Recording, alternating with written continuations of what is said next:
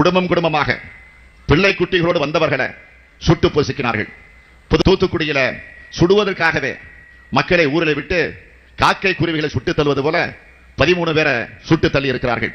கூட்டம் கலைய தொடங்கினால் சுடமாட்டார்கள். ஆனால் தூத்துக்குடியில கலைந்து ஓடியவர்களை சுட்டு இருக்கிறாங்க.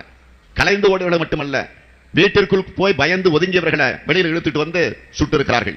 சுடுகிறவர்கள் போய்விடலாம், சுடுகிறார்கள் போய்விடலாம் என்று அங்கிருந்த சகோதரிகள் ஓட்டம் பிடித்திருக்கிறார்கள்.